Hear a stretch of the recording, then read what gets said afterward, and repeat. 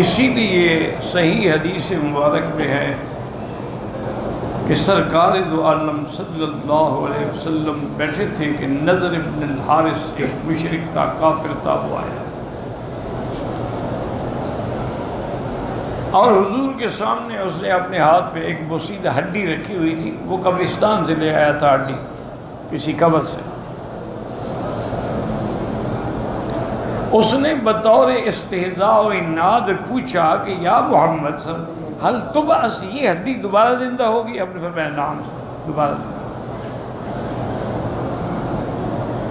اب اس نے اس ہڈی کو ایسے مسئلہ، وہ پرانی ہڈی تھی، بوسیدہ ہڈی تھی، راکھ بن گئی، پھونک ماری اڑ گئی، خیر سنا یہ دوبارہ زندہ ہوگی؟ آپ نے فرمایا نعم، ہاں ہوگی۔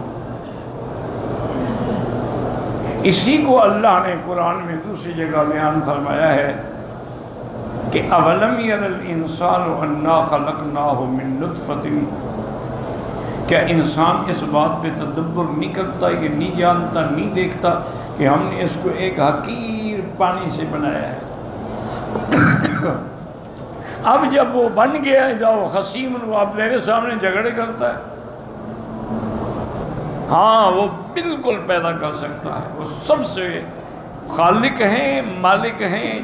اور پھر آگے فرمایا تم کو مشکل یہ نظر آتی ہے کہ اتنی ساری مخلوق کیسے پیدا ہوگی؟ فسبحان الذی بیدہ ملکوت کل شیء، اسی کے ہاتھ میں سب کچھ ہے۔ تو اس لیے یہ شبہات جو ہیں اس لیے ہوتے ہیں کہ آدمی کے اندر نور ایمان نہیں ہوتا۔ اگر نور ایمان ہو تو پھر تو کوئی مشکل نہیں، ورنہ تو آدمی کہتا ہے نا جی کہ یہ کیسے ہوگا، کہ یہ مولوی کہتے ہیں کہ قبر میں آرام ہوگا، 70 گز قبر بڑھ جائے گی، تو اگر 70 گز قبر بڑھ جائے تو ادھر عورت کی قبر ہے، ادھر مرد کی، تو یہ اس میں اس کے پاس چلا جائے گا، اور اس کے پاس قبر میں بھی آ جائے گی۔ 70 گز کیسے بڑھ جائے گی؟ تو یہ عقل لڑاتے ہیں، یہ نہیں سمجھتے کہ عقل کے پیدا کرنے والا کون ہے،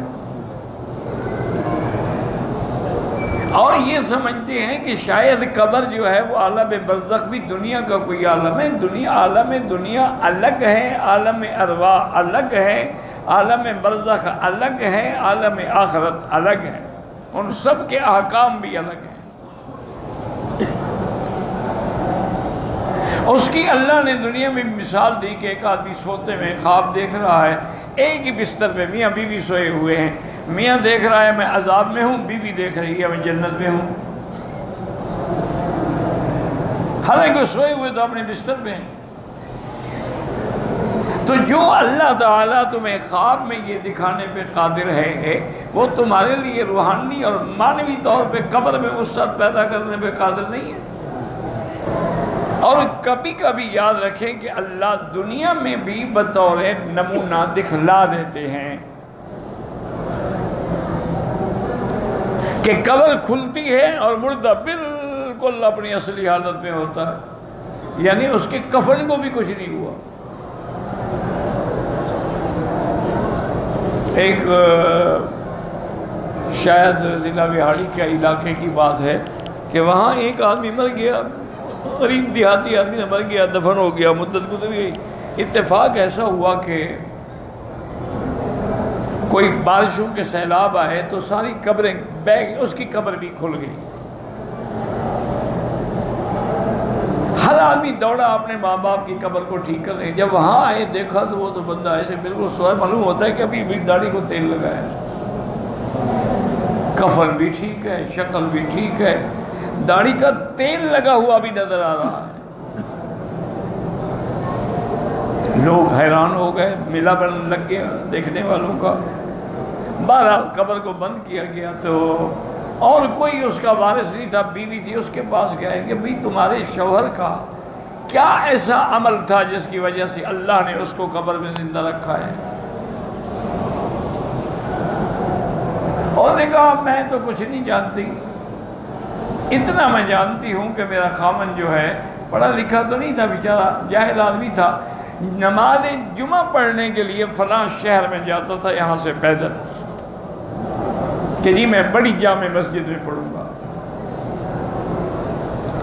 جب وہاں سے واپس آتا تھا تو یہ قاعدہ جو ہے نا قرآن کا پہلا قاعدہ، یہ کو 10-20 جتنا پیسے ہوتے وہ لے آتا تھا اور مدرسوں میں جا کے بچوں کو تقسیم کر دیتا. بچے تو ایک دن پڑھتے ہیں پھاڑ دیتے ہیں تو اور قاعدے لا کے بس یہی نیکی تو میں جانتی ہوں. تو اللہ نے اس قرآن کی خدمت کے عوض میں اسی قبر میں یہ کھا ڈالا.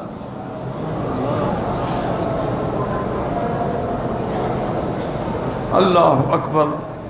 دعا کریں اللہ ہر کلمے پڑھنے والے کا خاتمہ ایمان پہ فرمائے.